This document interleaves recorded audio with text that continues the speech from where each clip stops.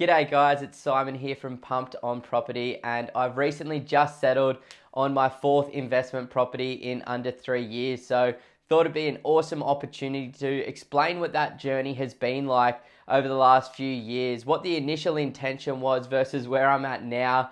Also what my intention is long term for the current portfolio, and also what my next steps are. So really excited to be sharing this information with you all.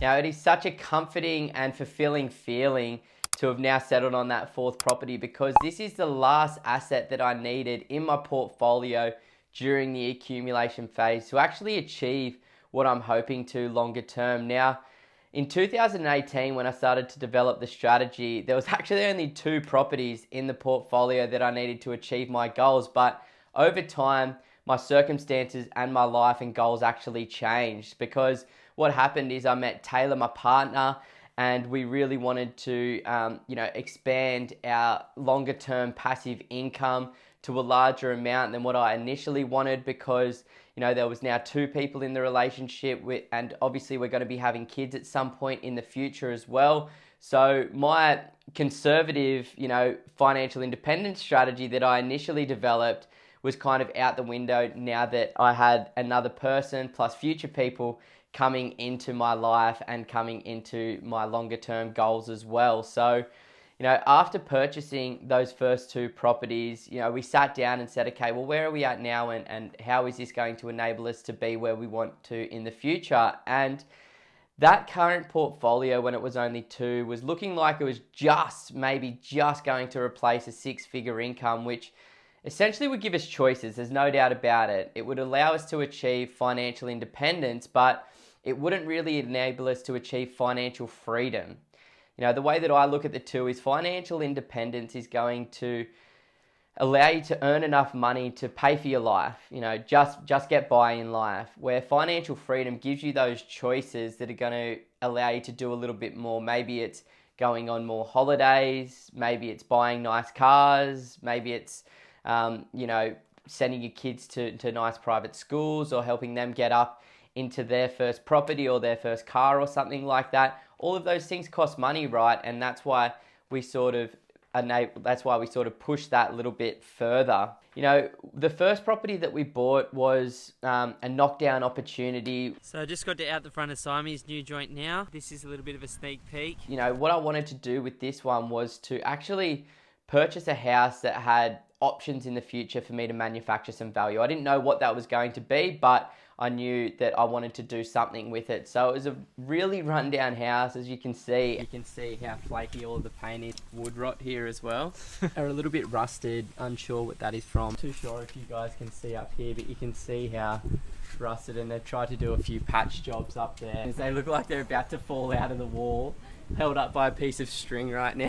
This is asbestos, so this is like, don't want to touch that too much. One of the worst issues, because nobody really wants to be around asbestos. What I've essentially done is just land bank this property. So purchase the home that I can rent for the time being, but in the future, I'm planning to knock it down. Nice massive backyard, which is pretty good as well.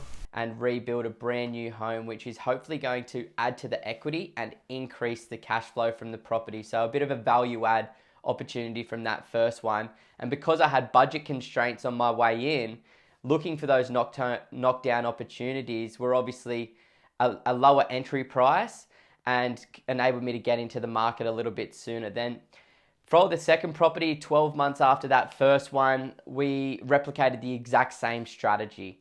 Because same idea, we were limited for budget and we wanted options in the future. So we bought something that we could rent and turn some income for now.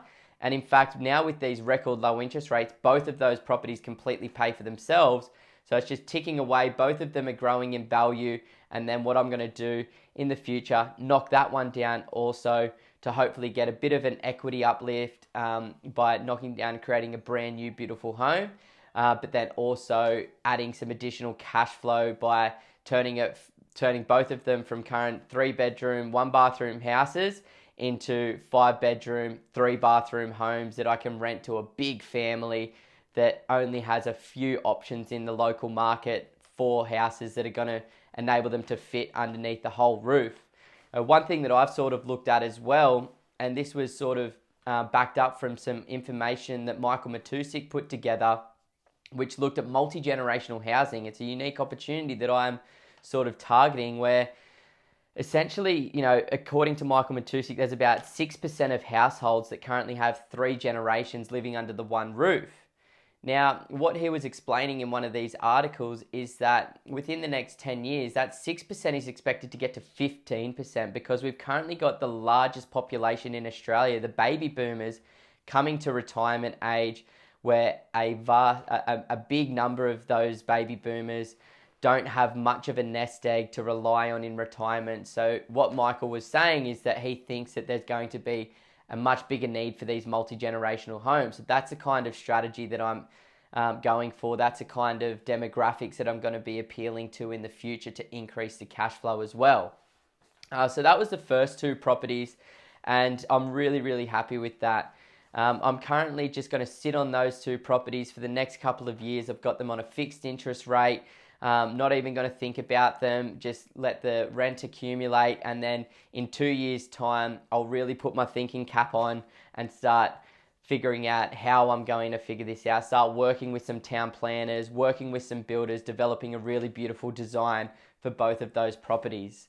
Then after purchasing that one, my relationship with Tay really started to come into fruition, which I'm really, really happy about. And, understanding that what I really wanted to do was, buy the family home, because I'd bought the 2 investment properties. I'm in the market. I've got tenants paying for my debt. Now it was time to buy a home for our family. And, that's where I'm currently recording from right now. I've got the 2 dogs running around outside, having a blast, crying a little bit, wanting to be in here. We've been doing some awesome renovations on the joint, which we've done other videos that we'll link up below too, so you can check out what we're living in. But this is just a beautiful little single income home up here on the Sunshine Coast, a big 1,000 square meter block, 4-bedroom, 1-bathroom house, only 2 kilometers from the beach, literally 500 meters from one of the best primary schools on the whole entire coast. There's a dog park just over here. There's a skate park and a basketball court just down the road as well. There's a shopping centre just over here with Woolies, Liquorland, fish and chip shop, sushi shop, Baker's Delight, absolutely everything that you need, which is amazing. So, not only was I thinking about this property for us as an emotional owner-occupied home, we were also thinking about it from an investment perspective as well, so that we can maximize the potential. So we're hoping to sit in this property for at least the next maybe 5 to 6 years, and based on Phil Anderson's 18.6 year real estate cycle, we're intending to hold this property up until the top of the cycle, and then essentially selling this property to pay off some debt on the investments and also put us into a better position so we can upgrade to the dream home at some point within the next decade. So that was the 3rd property, which was purchased about 6 months after, 6 months after the 2nd investment property. So that was basically 3 properties in 18 months, which was wild. The only reason that I was really able to do that was because for the last probably 6 years, I've been budgeting, I've been saving, I've been sacrificing and putting away as much money as I can, knowing that I wanted to start buying some assets. And also Taylor has been working almost full time since she was 14 years of age, and had been putting away a really good amount of savings as well, which enabled us to get into the 3 properties in such a short amount of time. Now, fast forward about a year from moving into this home. So we bought this in June 2020. I'm recording this video in June 2021. So, essentially 12 months after that, we've now just settled on the 4th investment property. So the 4th investment was looking at a different strategy once again. So I wanted to diversify the portfolio. I wanted to look into a different location. So I focused on South Brisbane, where I hadn't owned any properties, in that corridor between Brisbane and the Gold Coast. It's got a lot of infrastructure going in there at the moment. It's got a lot of gentrification occurring at the moment. There's still super undervalued opportunities down there, really strong rental yields, and we can also have the availability to do a dual income investment down there as well, which is amazing for us. So down there, we ended up going into, a nice suburb where there's high average household incomes, where there's a low percentage of renters, but still affordable properties. So we picked up the fourth one, which we've also done a video on, and we'll link that up below. It costs about $457,000. It's going to rent for about $450 per week. It's on a nice big 700 square meter block of land, just a simple, low maintenance, tenant ready, 3-bedroom, 1-bathroom house with a good amount of side access. And what the plan is for Taylor and myself is within the next 12 months, we're hoping to build a granny flat in the backyard that we'll hopefully be able to rent out completely separately for an extra $300 per week. So then we've got the two incomes on the one asset being extremely positive cash flow, which is going to be one of those bigger players longer term. So now that we've accumulated the portfolio, we've got it under our control, we've got tenants in all of the properties except the one that we live in, paying for our debt, and now it's about just adding value to these assets, which is, in my mind, the start of the consolidation phase, which the first step of that is going to be building a granny flat down on my most recent property in South Brisbane, followed by finishing off some renovations in our home. Then in about 2 to 3 years' time, look at knocking down and rebuilding the first two investments in North Brisbane to maximise my potential there.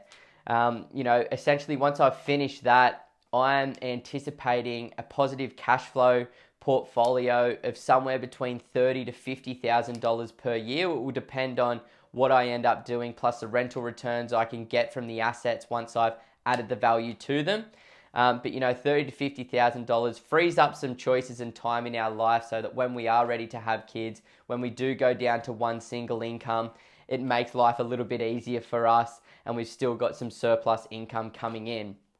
And then we essentially just sit on the portfolio, kick back, enjoy it, and reap some of those benefits from it until we decide to sell the home that we're in now, which hopefully will wipe a really decent portion of the debt on that portfolio, and hopefully at that time increases the positive income from that portfolio to something like $50,000 to $80,000 worth of income within the next sort of 5 to 6 years. That's our goal. I'm going to have to work quite hard over the next 5 to 6 years paying off some debt to enable that to happen, but still puts us in a really good position that gives us some choices to live the life that we want, have a little bit more freedom and enjoy the life that we're fortunate enough to be living. And then, longer term, what I'm planning on doing is just continuing to reinvest. Maybe I'm going to get into stocks. Maybe I'll get into developing. Maybe I'll look at alternative strategies to continue wiping down the debt from the remainder of the portfolio. And ideally in 15 years from now, the intention is to own all 3 investment properties plus our own home completely outright, generating about $150,000 worth of gross income in the future, which is going to enable us to live a life of complete choice. Then we're going to be able to travel, then we're going to be able to send our kids to the good schools, then we're going to be able to give back to charities and help out with non-for-profits and things like that, something that Taylor and I are very, very passionate about, and just, enjoy the fruits of our labor. But the funny thing is, over the last few years, it's been quite interesting because, the accumulation phase was real hard. We were sacrificing, we were saving, we were investing, we were creating strategies, we were looking at the market, we're negotiating, we're working with accountants, mortgage brokers, building and pest inspectors, solicitors, property managers, granny flat providers, like everything. It was just coming at me non-stop. So, now that we've finished that accumulation phase and we're moving into the next part of our journey, which is consolidating, things are going to slow down, which is really nice. And I'm glad that we're at that point in our life because we're both still young. I'm 28 and Tay's 27. We're young. We've got a hell of a lot of life left to live. And, I'm the kind of guy that's not investing to be rich in the future. I'm investing to have choices, and I want to live a life of choice as well. And, I love to go surfing. I love to go snowboarding. I love to go on holidays and experience new cultures. I love to learn new things. I I love helping people, and I love giving back to people as well. And, they're my true values. Money and investing aren't necessarily my true values, but they're the means to the end. And I've understood that. So I've learned what I've needed to learn, and I've purchased what I've needed to purchase to put myself into a position where I'm going to get to live the life that I've created for myself for a much longer time than the average person, because I've done the sacrificing and I've done the hard work in the earlier years, which a lot of people struggle to do. And I understand that life happens, and sometimes you just can't do that at an early age, or sometimes you're just not in the position, or you just haven't had the education yet. But I really, really hope that, a video like this motivates you to go out there and learn, and to talk to people like myself or my brother Ben that can help you develop that strategy, or think about these things, or go see a financial advisor. Talk to somebody that's in a position that you want to be in the future, and figure out, hey, how did you do it? Because I'll tell you what, once people get to a level of success, all they want to do is give it back, because they want other people to be on their level. They want other people to experience what they've experienced. And there is plenty of money out there for everybody to be super, super successful. You've just got to make that choice. You've just got to set the intention that I am good enough and I do deserve it. And then you're going to go out there and get it. So I really do appreciate you listening to videos like this. All I'm trying to do is motivate you, get you excited about doing stuff, and keep you informed. Be open about my life to try and crush that bloody tall poppy syndrome that we have here in Australia. It's okay to talk about your successes. It's okay to talk about the position that you're in, because we're all in it together, guys. We're all living this life together. Let's be uplifting. Let's be empowering to one another. And, let's go out there and crush our goals. So thank you so much for tuning in. If you haven't already done so, please subscribe to our YouTube channel, guys. We're putting awesome videos like this up every single week. Share this with somebody who's just at the beginning of their property investment journey, and show them what can be done as well. Because, everybody is in the position to change their stars and create a better life for themselves in the future. So share that. And also, please head over to our Facebook page, give us a like, our Instagram page, Pumped On Property, and give us a follow so you can stay in touch. And as always, get out there, create the right plan, and invest safely. Thanks so much. Sweaty, so sweaty.